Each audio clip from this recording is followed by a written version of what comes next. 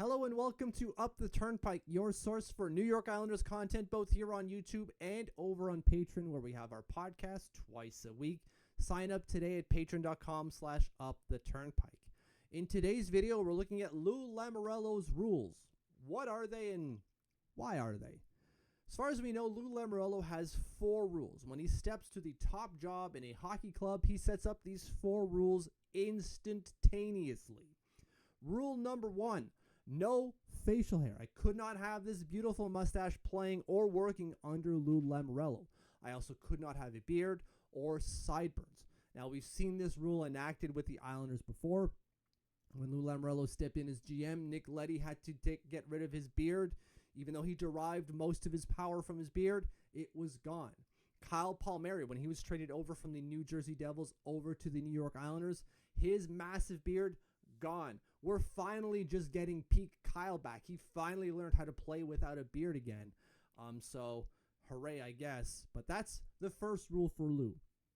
Now, I know I haven't explained the why yet, but I'm going to lump it in with this next rule. And that's well-kept hair. Players cannot have long, flowing, or whatever. The hair cannot be long. Well-kept. My haircut would suffice under Lou Lamoriello. But anything like Matthew Barzal's long flowing hair from when he was a rookie, gone. Anthony Duclair's dreadlocks, gone. Matt Martin's long curly hair, also gone.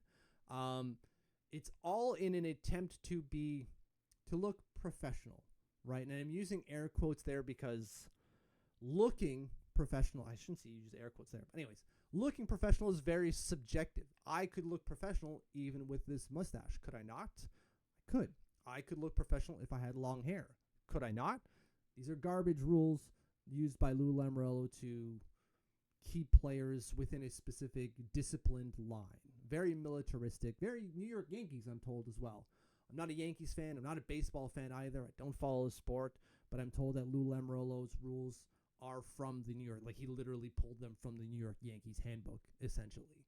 I think what Lou Lamoriello is trying to do is avoid like a Brent Burns situation. Now, not Brent Burns specifically, because these rules have existed long before Brent Burns was a hockey player, but he doesn't want what Brent Burns has in terms of hair and facial hair, right? The long flowing hair, crazy hair, and the crazy beard.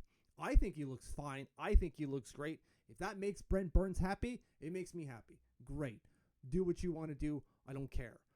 But Lou Lamoriello very much on the opposite side of the spectrum there when it comes to facial hair and hair itself.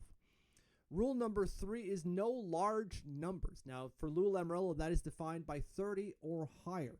So skaters cannot wear anything above 30, except if they're established veterans. Now, we saw that with the New York Islanders as well, right? When Lou Lamoriello came in, Casey Zizekas was allowed to keep his number 53, but Anthony Beauvillier, who'd only been in the league, I believe, 2 years, was not allowed to keep his number 72 and was bumped down to number 18. Also, we've seen that happen when players come in. Established veterans are traded into the team. Jean-Gabriel Pageau, for example, he was allowed to keep his number 44 when he was traded or acquired from the Ottawa Senators to the New York Islanders. So that's one of the exceptions to this specific rule. The other exception is for goalies.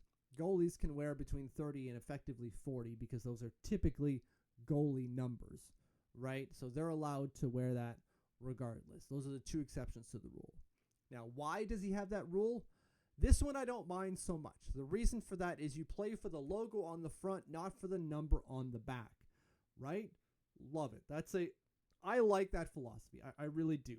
It's taking away the individuality of the number and saying you play for what is on front, not just for what's on the back. It is a team sport for a reason. I get that kind of conflicts with the other 2 because the other 2 rules are very much trying to keep players within the line and removing their individuality, very much like this third one. But there's something about this third one that I like a lot more than the other 2 that I don't like whatsoever. Number 4 is wearing a suit or tie in the pregame, right? This is softened a little bit. Lou Lamoriello has allowed just a dress shirt or even a polo shirt that's tucked in the pregame, and then walking up to the game itself. but usually full suit and tie, which is again to look professional, which I'm using air quotes because again, you could look professional without a suit or tie. But I think what Lou's trying to avoid here is someone showing up in like a jogging suit and sneakers, which I would love. Hey man, if you're comfortable, you're probably going to give me your best instead of like wearing this probably really uncomfortable suit.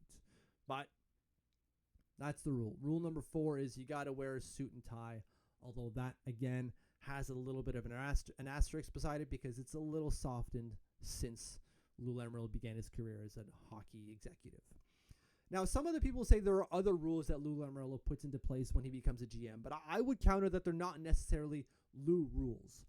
The first one is he keeps a tight ship and no information is allowed to leave.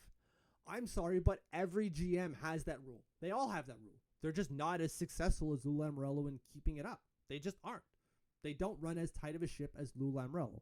Why that is, I don't know. Maybe they just respect Lou even more, or they're terrified of him. Either one. One of those things is why Lou Lamoriello is being more successful at keeping information locked in than other GMs. But the rule is not just a Lou rule. The other rule that he has is that he doesn't offer long-term contracts. He does, but not to players coming out of their ELC, right? I'm sure that would change if he had a superstar player just exiting their ELC, like Austin Matthews or Connor McDavid. But he didn't have. He had Austin Matthews, but he wasn't there when it came time to renegotiate his contract post ELC. So we don't know what he would have done in that situation. We just don't. Don't quote me Mitch Marner. Mitch Marner is not a superstar player. He just isn't. Great player, not a superstar player. So we don't know what Lou would do there. And that's also not something just inherently Lou. That's a very rampant ideology within GM circles. It's changing, surely, but not quick enough. And so this is not just a Lou rule not giving post ELC large contracts post ELC. That's just not a Lou thing. So if you hear someone say that that's a Lou rule, I would push back saying that that's not specifically just Lou. As far as we know, he's got those 4 rules, right? Facial hair, well-kept hair, no large numbers, and well-dressed with a suit or tie. That's his firm rules when it comes to running a hockey team. Thank you for watching. Thank you for following. Click that subscribe button if you haven't, and we'll see you later.